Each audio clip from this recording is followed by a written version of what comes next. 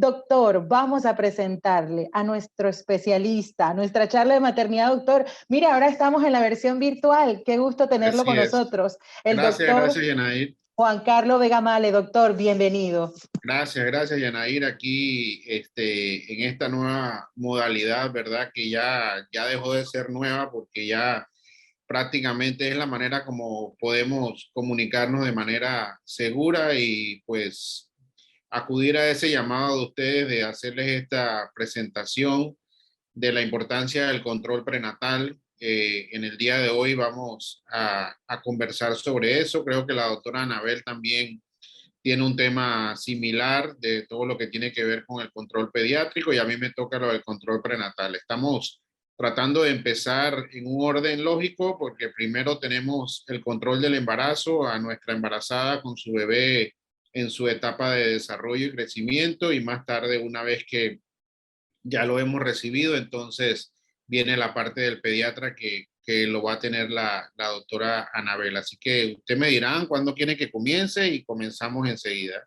Así es, doctor. De esa manera entonces vamos a dar inicio. Las chicas están ávidas de poder saber sobre lo que usted nos ha preparado. Le damos la bienvenida también a la doctora Anabel que está con nosotros. Doctora, bienvenida. Así es como lo ha explicado el doctor Juan Carlos Vega Male. Las chicas, ya saben, chicas, todas las preguntas vamos a ponerlas en la caja de preguntas en el chat y yo con mucho gusto se las haré llegar a los médicos especialistas que hemos invitado. Así que, doctor, manos a la obra. ¿Pueda usted presentar entonces? Vamos a compartir pantalla, abrir la conferencia que tenemos preparada para ustedes. Me dicen por ahí, estamos seguros que estamos viendo. Esto es un modelo de control prenatal autorizado por la Organización Mundial de la Salud, ¿verdad? Durante la conferencia rapidito voy a ir contándoles algunas otras cosas, pero sí contarles de que el control prenatal nace por las preocupantes estadísticas de morbilidad, enfermedad y mortalidad materna y perinatal en nuestros países en desarrollo y todas las consecuencias que tenía el no brindar un adecuado control prenatal. Es decir, que todas las pacientes, una vez que iniciaron el control prenatal, se vio que se disminuyó la enfermedad y se disminuyó la mortalidad de nuestras pacientes, tanto desde el punto de vista materno como desde el punto de vista fetal. Vamos a ir escogiendo a qué pacientes van a poder ir a un control prenatal normal, aquellas pacientes que no hayan tenido muertes fetales o neonatales previas, si no tienen antecedentes de abortos espontáneos, bebitos con peso de menos de 2.500 gramos o de más de 4.500 gramos, pacientes que hayan tenido hipertensión o preeclampsia o cirugías previas. Todos estos son embarazos de alto riesgo que deberíamos permitir que un especialista en embarazo de alto riesgo pueda manejar. Y tenemos algunas presentaciones que se dan ya dentro del embarazo cuando tenemos la sospecha de un embarazo múltiple, los dos extremos de la edad, menos de 16 años, más de 40 años, pacientes con RH negativo que han tenido alguna hemorragia durante el embarazo, alguna masa pélvica, que tengan datos de presión arterial diastólica mayor de 90 o sistólica mayor de 140. Si sabemos que en su historia prenatal tienen diabetes, enfermedades renales, enfermedades cardíacas, consumo de drogas, todas estas son patologías que debe manejar un especialista en embarazo de alto riesgo. Muy bien. Siempre vamos a tratar de conversar de ahora en adelante en semanas de embarazo y no meses de embarazo. Les pongo esta diapositiva rápidamente porque cuando ustedes se refieran a nosotros y nos van a comenzar a hacer preguntas, siempre nos dicen, doctor, tengo tantos meses de embarazo. Bueno, traten de traducirlo a que un embarazo de un mes son 4 semanas, 2 meses son 8 semanas, pero ya se fijan que 3 meses realmente son 13 semanas, 4 meses 17, 5 meses 22, 6 meses 27 y así sucesivamente hasta llegar a las 40 semanas. Y se fijan que 9 meses no son 36 semanas, como serían las 4 semanas del mes, sino son 40 semanas porque el embarazo tiene 40 semanas y no 9 meses. ¿Por qué hablamos del embarazo de 12 meses? Hablamos del embarazo de 12 meses porque le pedimos a las pacientes de que 3 meses antes de haber comenzado a pensar ni siquiera embarazarse, ya deben estar tomando ácido fólico, porque el ácido fólico previene aproximadamente 2.200 malformaciones que se producen al año y causa también de aborto espontáneo solamente tomando ácido fólico. El ácido fólico es una vitamina que previene el 70% de los defectos del tubo neural. ¿Ok? El uso del ácido fólico previene que una paciente pueda tener alteraciones a nivel del cráneo, a nivel de la médula espinal, solamente por tomar ácido fólico y tomarlo desde 3 meses antes de haber iniciado ni siquiera planificación en cuanto a búsqueda de bebé. El requerimiento, 400 microgramos al día de ácido fólico. También, obviamente, los alimentos fortalecidos en ácido fólico, la harina, el arroz, pan y cereales enriquecidos, verduras de hojas verdes, legumbres, naranjas y jugo de naranja también. Y estos requerimientos de ácido fólico se van a mantener durante todo el embarazo y lo más importante es que en todas las vitaminas prenatales ya hay la cantidad de ácido fólico que se necesita. Ahí ven, pueden ver en la diapositiva a lo que me refiero con mielomeningocele, meningocele y la espina bífida y la anencefalia. Eso es lo que queremos prevenir al tomar ácido fólico. Podemos prevenir hasta un 70% de las posibilidades de que haya estas protrusiones a nivel de la columna vertebral del bebé, como son el mielomeningocele, la espina bífida y la anencefalia, que producen problemas en los bebés que pueden llegar definitiva hasta una parálisis cerebral infantil, simplemente por no haber tomado ácido fólico, que pudimos haber prevenido alguno de estos defectos. Tratamos de que la primera visita de control prenatal sea antes de las 12 semanas de gestación, es decir, antes de los 3 meses. Esta primera visita va a demorar aproximadamente entre 30 a 40 minutos. Vamos a identificar factores de riesgo, si tienen algún problema en el trabajo, tienen algún problema psicosocial que puede estar afectando este control del embarazo. También vamos a aprovechar esta primera cita para hacer Papá Nicolau, ver si hay alguna enfermedad de transmisión sexual. Es necesario hacer un tacto vaginal. Eso lo vamos a reservar dependiendo de cómo se sienta la paciente, pero lo ideal es hacer un tacto vaginal, hacer un Papá Nicolau, identificar si hay alguna infección vaginal, porque las infecciones vaginales son causa de la amenaza de aborto y más adelante labor de parto prematuro.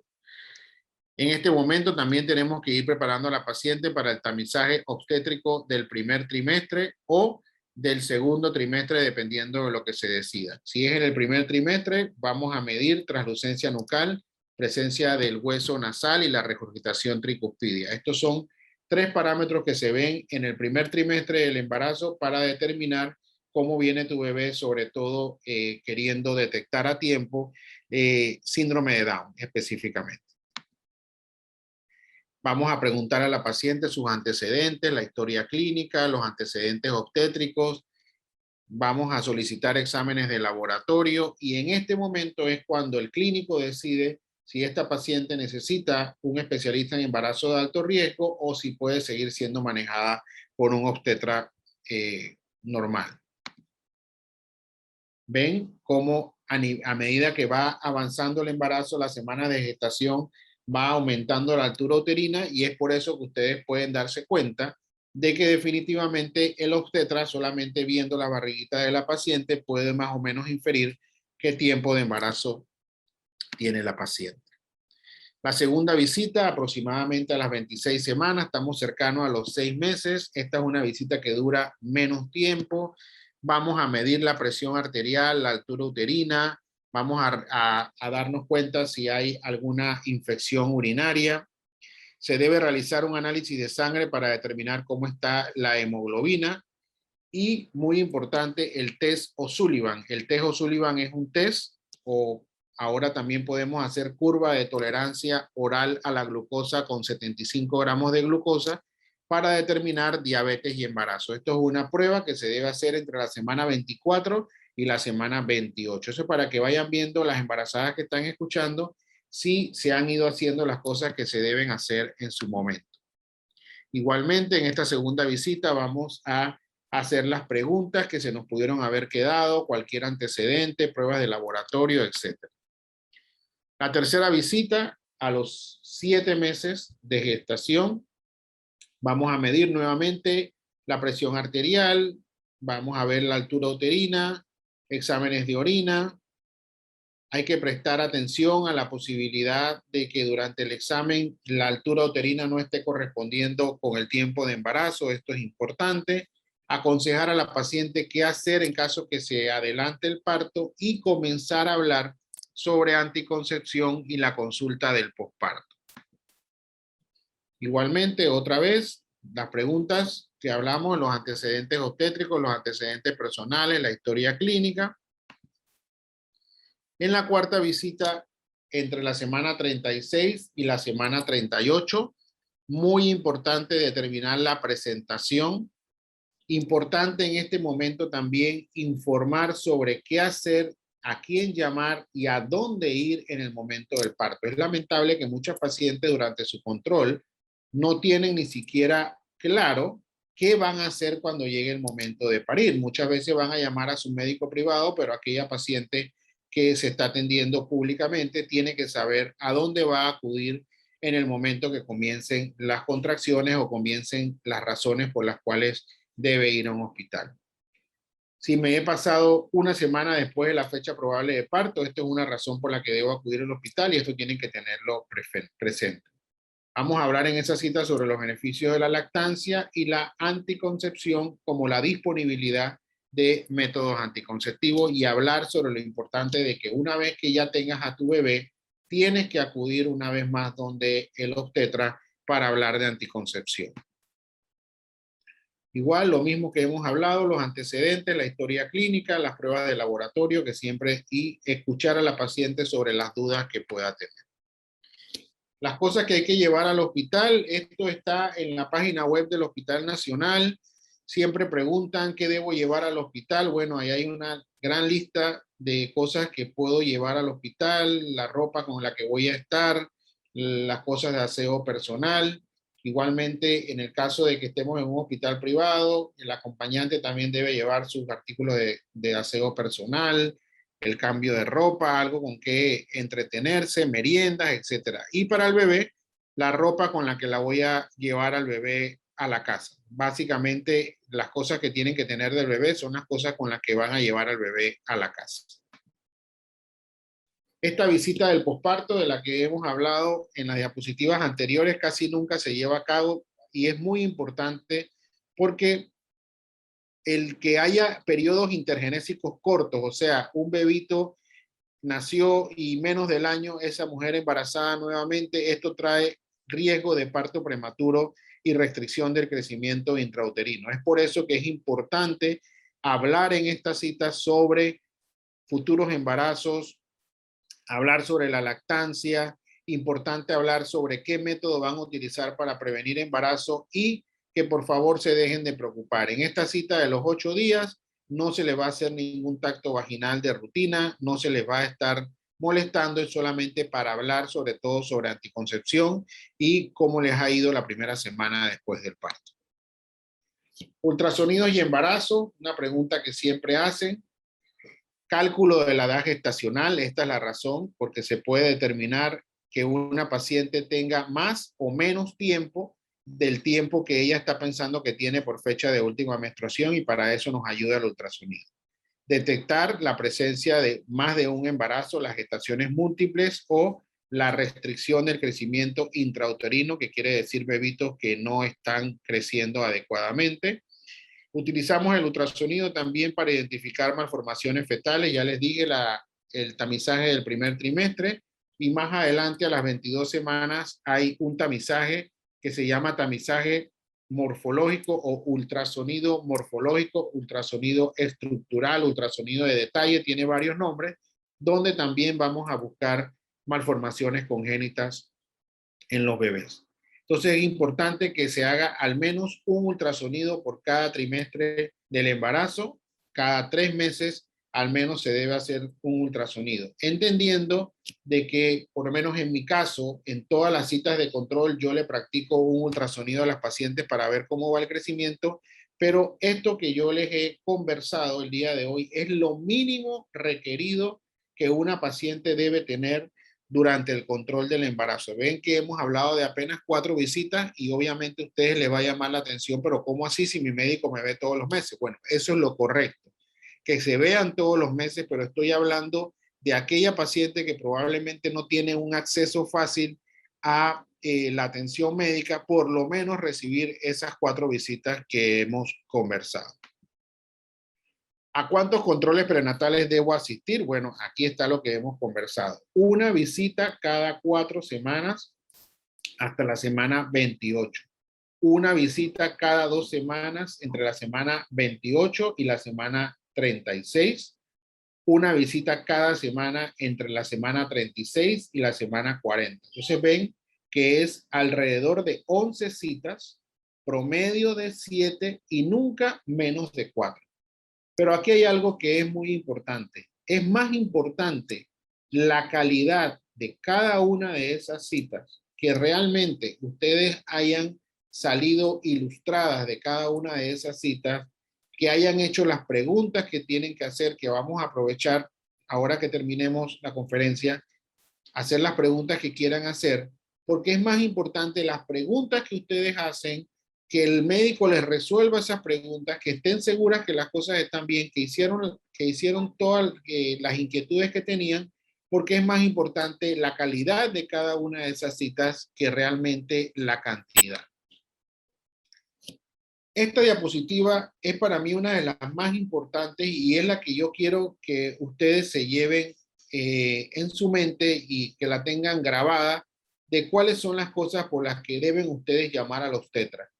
Entendiendo de que durante el embarazo van a haber muchas cosas que son importantes, mas no son urgentes. Esta diapositiva muestra lo que es urgente. Hay cosas importantes, como por ejemplo, que si es verdad que puedo cruzar las piernas o no puedo cruzar las piernas, que si me puedo hacer tintes en el cabello. Todas esas cosas son importantes y es bonito que ustedes hagan esas preguntas, pero esto es lo urgente y por lo que no deben dejar de llamar. Sangrado transvaginal. Ningún sangrado en el embarazo, en ningún momento del embarazo es normal. Es decir, que si usted tiene algún sangrado al principio, mitad o final del embarazo, usted debe llamar a su médico. No chatearle, debe llamar. ¿Ok? Dolor cólico en el bajo vientre. Ningún dolor es normal hasta que tu médico no te diga si eso es normal o no es normal. No asuman cosas ustedes en el embarazo. Si ustedes tienen dolor, mejor pregunten porque puede ser un dolor que no sea normal y ustedes se están quedando con la duda y a lo mejor cuando ya llaman es porque el embarazo ya la paciente ha dilatado o ha sucedido algo, mejor es preguntar. Náuseas y vómitos persistentes. Las náuseas y los vómitos persistentes pueden llevarte a deshidratación y es importante que hagan la pregunta cuando vean que los vómitos son demasiado intensos. Síntomas vasoespasmódicos. Muy importante, signo de preeclampsia, presión alta en el embarazo. ¿Cuáles son los síntomas vasoespasmódicos? Dolor de cabeza, zumbidos en los oídos, ardor en la boca del estómago o que estés viendo lucecitas o cuscullitos. Esos son los síntomas vasoespasmódicos. Muy importante que avises si tienes alguna de estas cosas porque esto es muy probable que estés ante una preeclampsia y haya que interrumpir el embarazo. La disminución de los movimientos fetales. Por favor, embarazadas que están escuchando esta conferencia, no es normal que un bebito se deje de mover. Que se mueva mucho, eso no es un problema, eso es hasta bueno. Qué bueno cuando me llaman y me dicen, doctor, mi bebé se mueve demasiado. El problema es cuando no se mueve o no se está moviendo. Lamentable que ustedes hagan la llamada cuando ya el bebito tengo 2 días que mi bebé no se mueve. Muy grave eso, algo malo seguramente ha sucedido, así que por favor, solamente con la disminución de los movimientos ya es suficiente para llamar a los tetras. Como les dije, salida de sangre por los genitales, eso no es normal, ningún sangrado es normal. Salida de líquido por los genitales, tampoco, mejor pregunten. Hay algunas cosas que no son líquido amniótico, pero esa salida de líquido puede ser líquido amniótico. El inicio de las contracciones uterinas son dolores como si fuera un dolor menstrual, pero mucho más fuerte, son los cólicos mucho más fuertes, y haberse pasado la fecha probable de parto. Más allá de las 40 semanas, ustedes tienen que llamar porque hay que hacer intervenciones en ese momento del embarazo. Muy bien, en el sentido de que estamos en una carretilla de presentación, pero la idea para mí más importante son las preguntas que ustedes puedan tener ahora para yo poder responderles y dedicarles ese tiempo para responder preguntas. ¿Cuál es el objetivo del control prenatal? Este objetivo del control prenatal es disminuir la morbilidad, que quiere decir enfermedad, y la mortalidad, que quiere decir muerte, para las mujeres y para el recién nacido. Además, esto reduce el tiempo y los recursos necesarios para un control prenatal, limitando el número de visitas. Como se pueden dar cuenta, hasta 4 visitas hubiese sido suficiente, pero siempre pedimos que sean más las visitas que se puedan hacer, que sean mensuales, como hemos dicho, porque esto es importante para tener resultados maternos y neonatales adecuados. Sépanlo que definitivamente nuestro objetivo y la razón por la cual algunas veces nos toca llamar a algunas pacientes: oye, fulana, no has venido a tu cita de control, ¿qué está sucediendo? ¿Está pasando algo? Es porque a nosotros nos interesa esto, lo que los obstetras, lo que los pediatras estamos queriendo que suceda es que usted termine una mamá sana y termine un bebé sano. Eso es lo que nosotros queremos. Recuerden que ustedes comenzaron el embarazo siendo mujeres sanas y a nosotros nos interesa que el embarazo termine de la misma manera y poder entregarles a ustedes, a sus esposos y a su familia un bebé sano. Es lo que nosotros más deseamos, y para eso es importante que ese momento en el que tú estás embarazada, tú eres el artista principal, tú eres la que estás llevando a ese bebé. No dejes de atenderte, no dejes de venir a tus controles y hacer las preguntas que tengas que hacer, porque esa es la única manera como nosotros vamos a poder ofrecerte todos los beneficios de que la obstetra te puede ofrecer. Pero si tú no vienes a tu cita, no podemos ayudarte. Así que para mí lo más importante de esto es la importancia de que sepan de que el control prenatal es vital para poder entregarles a ustedes un bebé sano y que ustedes salgan bien libradas de esto, que es algo fisiológico, porque el embarazo no es una enfermedad, es algo fisiológico, pero definitivamente tiene las cosas que hay que estarlas vigilando. Muy bien, Yanair, más o menos eso es lo que yo quería conversar, y si ha salido alguna pregunta, me interesa mucho que podamos Así es. conversar en esa parte, sí. Así es, por supuesto, doctor. Ahora, no ha salido una pregunta, han salido un montón de preguntas, así que trataré de hacerle el resumen en particular. Doctor, cuéntenos, cuando una paciente ha tenido primer, segundo embarazo, el tercer embarazo, la probabilidad de preeclampsia va en aumento. Esto sí, por alguna razón, pregunta una de las chicas y otras también se suman en el tema de preeclampsia. Si es preeclampsia, Ok, ¿se va viendo? más que el número de embarazos, sí, efectivamente, la multípara, a medida que van aumentando el número de bebés, tienen mayor riesgo de preeclampsia, es cierto, pero lo que más aumenta el riesgo de preeclampsia es el antecedente de haber tenido preeclampsia en un embarazo previo, ¿verdad? Pero sí, la multiparidad, hablamos de ya 4 bebés, 5 bebés, la multiparidad también trae consigo el aumento del riesgo de la preeclampsia, así mismo como los extremos de la edad, adolescentes y madres mayores de 35, 40 años, también eso aumenta el riesgo de la preeclampsia. Otra Así pregunta es. por acá, doctor. ¿Qué pasa cuando nos dicen en nuestra visita al médico que tenemos amenaza de parto prematuro? ¿Cuáles son los cuidados? Las chicas, Sí. ¿qué deben hacer? Para mí lo más importante que tenemos que tener en este acápite es la prevención de la infección. Nos enseñan en la Facultad de Medicina y en nuestra formación como obstetras que la primera causa de labor de parto prematuro es la infección. Bromeando, la segunda causa es la infección y la tercera causa es la infección. O sea que lo que tenemos que prevenir son infecciones urinarias, infecciones vaginales, Eso es lo que puede hacer de que una paciente tenga menor riesgo de labor de parto, amenaza de parto prematuro o labor de parto prematuro. Prevención de la infección, y por eso es que ves que en todas las citas de control estamos insistiéndole con el examen de orina para verificar de que no haya una infección urinaria, y siempre la pregunta necia de que si tienes algún flujo vaginal, algún mal olor vaginal, alguna picazón, siempre vas a estar escuchando los tetras sobre esto porque es la causa principal de la labor de parto prematuro. Ahora bien, usted habla de la infección urinaria, pero pareciera que nosotras, cuando estamos en esta etapa, las infecciones nos corretean, nos persiguen para todos Así lados. es. ¿Cómo nos La, tratan? ¿Cómo la funciona? embarazada tiene mayor riesgo de infecciones urinarias, de infecciones vaginales, recordando de que el sistema inmunológico de la embarazada está depletado, está disminuido, casualmente porque estamos llevando un bebé y nuestro sistema, el sistema inmunológico de la embarazada va a disminuir, y eso hace que aumente el riesgo de infecciones urinarias e infecciones vaginales. Así que es importante siempre esta vigilancia. Cuéntenos, usted habló de cuidarnos posterior al nacimiento del bebé, anticonceptivos, pero estamos dando de lactar a nuestros bebés. ¿Ok? ¿Eso cambia? ¿Vuelvo a mi anticonceptivo anterior? ¿Allí qué Así es. recomendaciones tiene? Hay una diferencia de que durante la lactancia materna vamos a tener en ese momento que utilizar anticonceptivos que solamente contengan progesterona. Hay presentaciones orales y hay presentaciones también intramusculares. En conjunto con tu médico, en esa cita de control de los 8 días, vas a definir cuál vas a utilizar, pero son anticonceptivos que solamente contengan progesterona. No puedes volver a tu anticonceptivo previo que contenía estrógeno y progesterona. Interesante. Doctor, algunos médicos nos recomiendan la inyección para la maduración de los pulmones del bebé.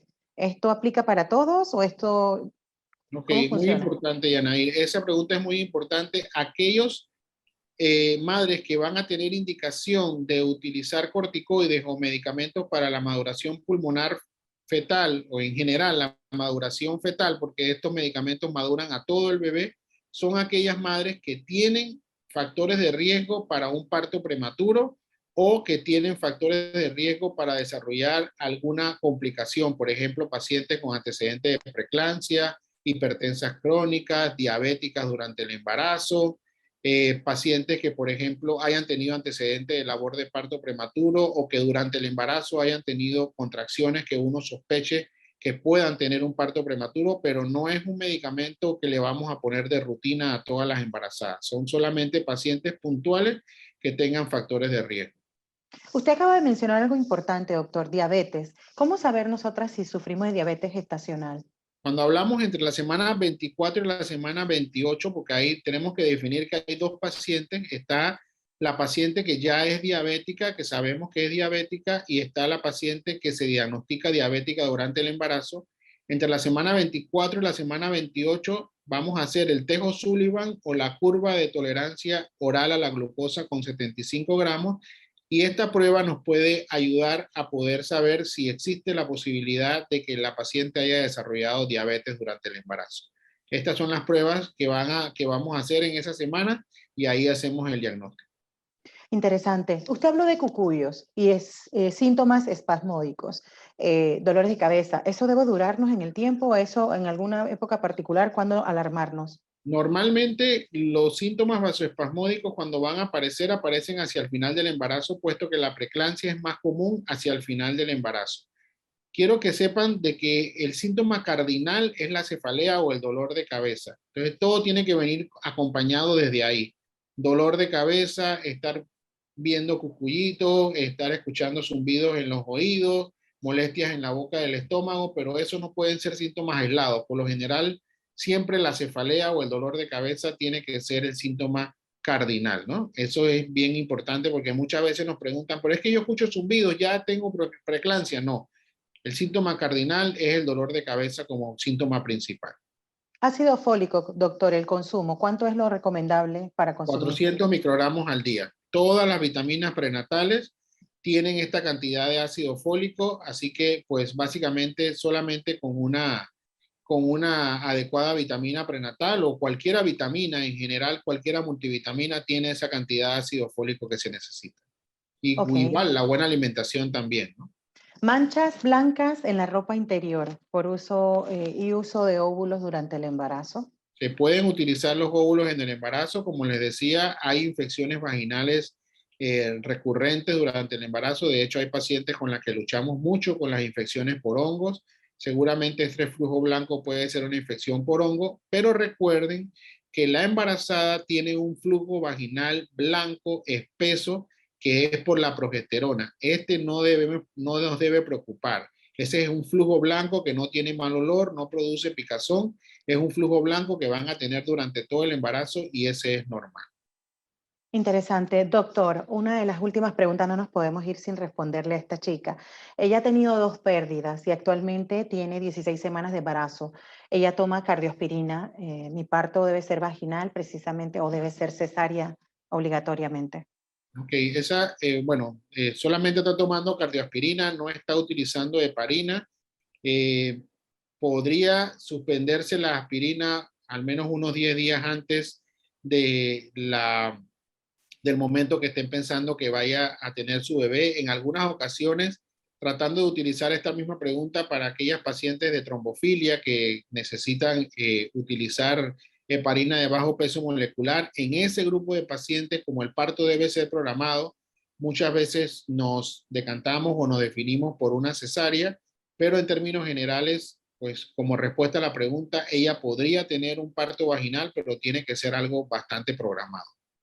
Interesante. Y la última pregunta, doctor, porque sabemos que usted está preparándose para una cesárea, efectivamente, así que Así es. estamos aprovechándolo como le comentaba, doctor. Cuéntenos, quistes, ovarios poliquísticos, ¿estos pueden influir en el tema de embarazos, partos prematuros? ¿Esto influye mucho? En lo único que aumentan los riesgos es de amenaza de aborto y aborto, el síndrome del ovario poliquístico, pero más importante que eso es que el ovario poliquístico, una vez que la paciente se logró embarazar, ya debemos dejar de preocuparnos por el síndrome del ovario poliquístico porque realmente el ovario poliquístico lo que traía consigo era problemas para que esa paciente se pudiese embarazar, pero si ya logró embarazarse, preocupémonos menos por el síndrome de ovario poliquístico y este debe ser un embarazo normal como el de cualquier otra paciente. Ok, se nos quedan muchas preguntas en el Yo lo tintero, sé, doctor, sí. pero es importante esta. Hay que repetir la conferencia. No, hay que sí, definitivamente las chicas, estoy aquí yo con ellas recopilando toda esa información. Bueno, hay montones, pero doctor, ¿por qué la importancia del ultrasonido morfológico estructural? ¿Por qué ese ultrasonido? Bueno, es muy importante. Hay dos ultrasonidos. El ultrasonido del primer trimestre, donde hablábamos de la presencia del hueso nasal, la translucencia nucal y la regurgitación tricuspidia. Ese es el del primer trimestre, que es para descartar sobre todo síndrome de Down. Y luego viene el ultrasonido de las 22 semanas, que es el ultrasonido morfológico para búsqueda de malformaciones. Este es un ultrasonido que se hace por seguridad.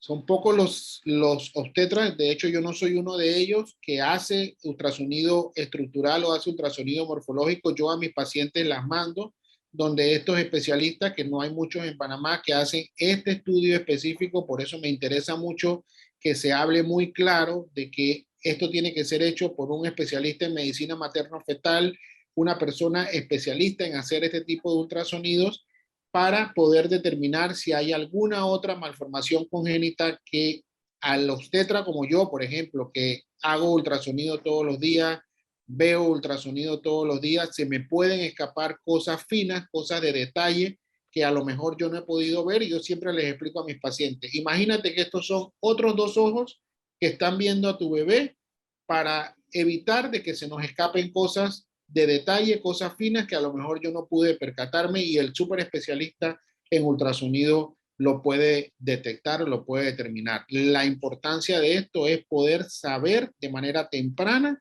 de que el bebito viene con alguna situación o viene con algún problema, que quizás no vamos a poder hacer nada por eso, pero es importante la información, es importante que la paciente, la pareja sepa qué es lo que tienen que esperarse y cómo van a recibir a su bebé para poder hacer la coordinación con el pediatra más adelante.